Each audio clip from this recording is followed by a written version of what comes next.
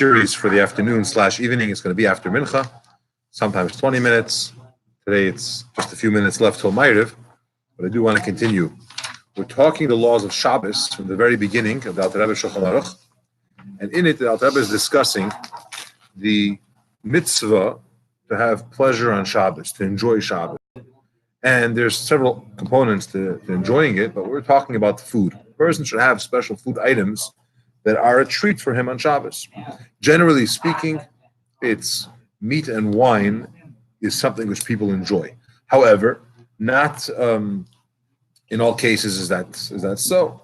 And for certain people, if you don't like it, or it doesn't bring you pleasure, you don't need to. He brings that the times of the Gemara, the times of the Talmud, having fish, particular large fish, certain type, was considered to be enjoyable. It was oineg. Okay. What if somebody can't afford? Can't what? Afford. You don't have the money to be able to buy stuff for Shabbos. So a whole week you're eating rice and beans. Well, he doesn't say that example, but as an example. Comes Shabbos, you want to have fish. Can't afford it. So he says you could borrow money and Hashem will pay you back.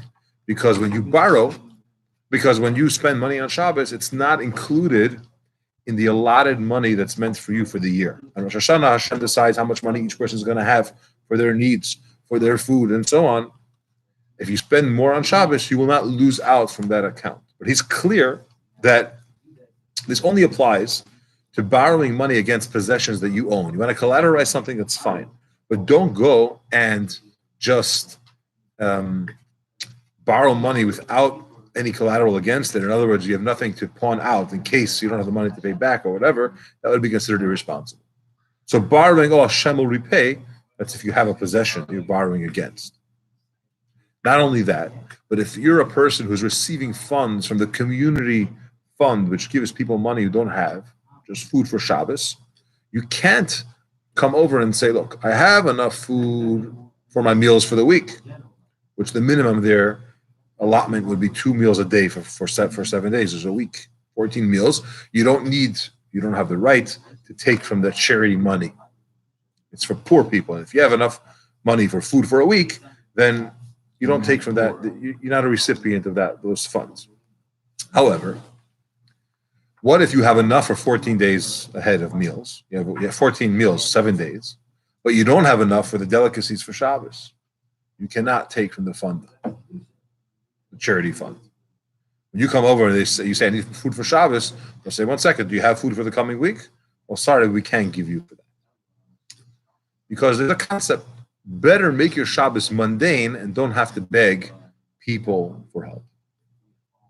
Okay. Aval be'erev Shabbos haba. Well, the next Friday, we're up to Seif Hey. Neisin le'mazen tesvav su'udeis le'esa shavua.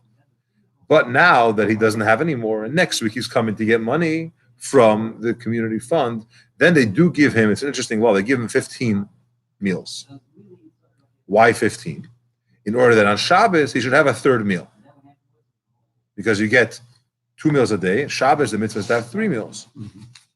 The gamanation le'dogim, v'yarak le'isa Shabbos, you also give him fish and vegetables for that Shabbos. Shekivan shekvar nitzrech lebriya, because since he's already coming on to people, in other words, he already needs help for Shabbos, then you already give him everything that he needs. So if a person has everything he needs and he just wants for Shabbos, you can't just go there and say, hey, I want money for Shabbos, I want to have delicacies. Because, well, don't have delicacies. But if you're in a category where you're receiving funds for your daily meals, then part of that fund will give you an extra meal for Shabbos day, the third meal on Shabbos. Okay, 3 meals on Shabbos, Friday night, Shabbos afternoon, and Shabbos before Shabbos after Mincha. So once you give him the full amount. Imagine it's like, how could a person receive a certain government benefit? It's if they're below a poverty line. But once they're over that criteria, they're out of that bracket, they can't get anything anymore. Okay, so it's a similar thing. Similarly, someone who is getting money from a fund, from some other charity, they're giving him money because he needs for food. As long as he doesn't have that amount which is already spoken about in a different section of Shulchan Aruch. And there's a yachal harbeis beitzah Shabbos.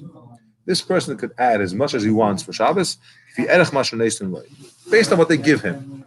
The concept is like this: if somebody has no money and they're receiving, then you could receive also for your Shabbos delicacies. But if you have exactly enough for your weekday needs, you can't come and say, "Oh, I need a little extra for Shabbos." That's not considered to be a necessity.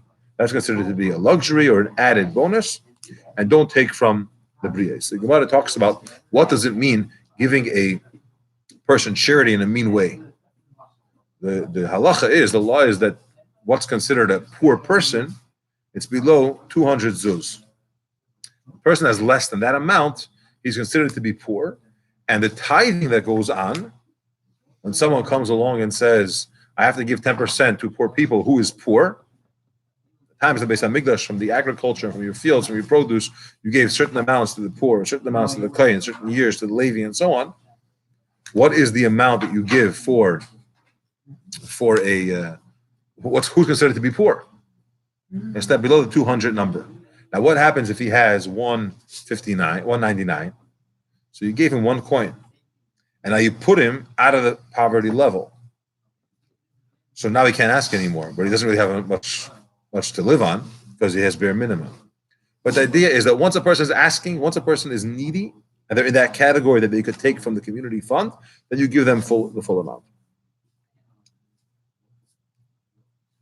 In such a case, he could spend as much money as you want for Shabbos. Just make sure that you don't spend all your money on the Shabbos, so that in a few days you don't have enough during the week. You'll have to add more money for him because of his expenses. You won't have for the weekday. Then, because then it comes out that you're causing that your Shabbos is being paid for by people. And that's not a positive thing. We say better have a mundane or a basic Shabbos and don't have to ask others to help you. A little shorter today, but I'm tomorrow I'll get back to our regular programming of Timin Chamayda. Have a wonderful evening. Rabbi, who is the father-in-law of the Rebbe? The Friedrich, the